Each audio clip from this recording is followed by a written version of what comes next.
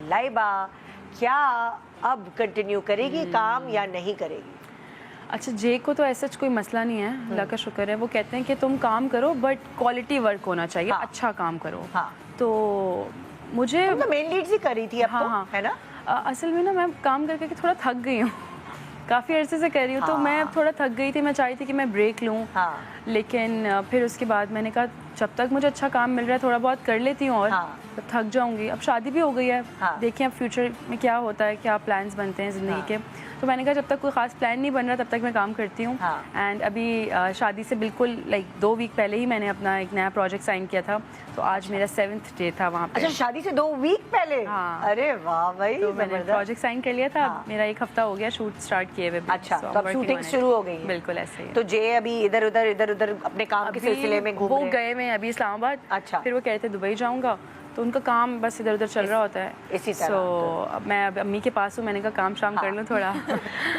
अच्छा, अब जैसे होता है ना, अक्सर मैं देखती हूँ जैसे तुम्हारी एज ग्रुप की जो आजकल की लड़कियां हैं जो जेनजीज हैं, मैंने देखा है अक्सर कि हम तो भाई बराबर हमारा हम उम्र होगा, हम उससे शादी करेंगे।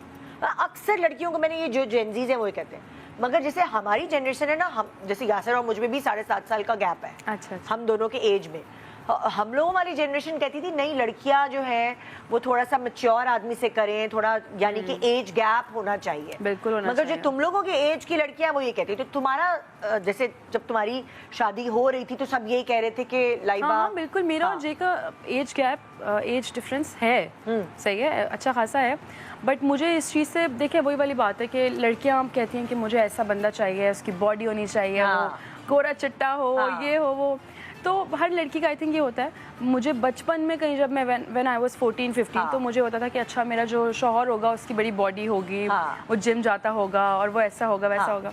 बट टाइम के साथ साथ मैंने जब देखा अपने आसपास के लोगों को कि जब अपनी हम उम्र लड़कियों अपने हम उम्र से शादियाँ की, तो फिर मैंने वो प्रॉब्लम्स भी देखी उनके रिश्तों में।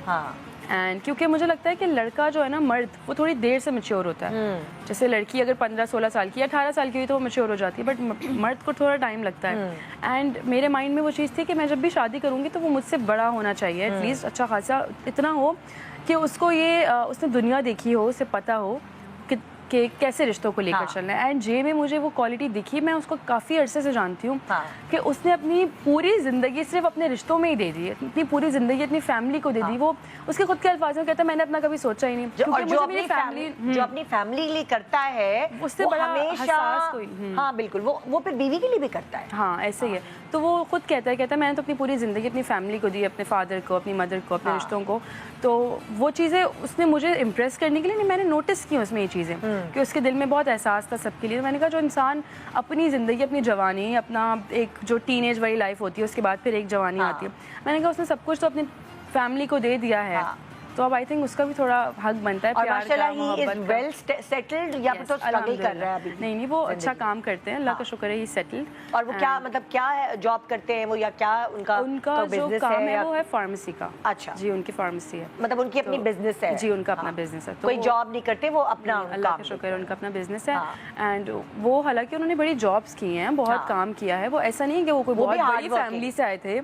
उन्होंने हर तरह का काम किया है, छोटा काम हो, किसी जगह पे जॉब करनी हो, कहीं अब बाहर भी रहे हैं वो, उन्होंने टैक्सी भी चलाई, उन्होंने बहुत सारे काम किए। तो मुझे उनकी ये बात अच्छी लगी कि ये हार्ड वर्किंग बंदा है, अपने बाप के पैसे पे नहीं है।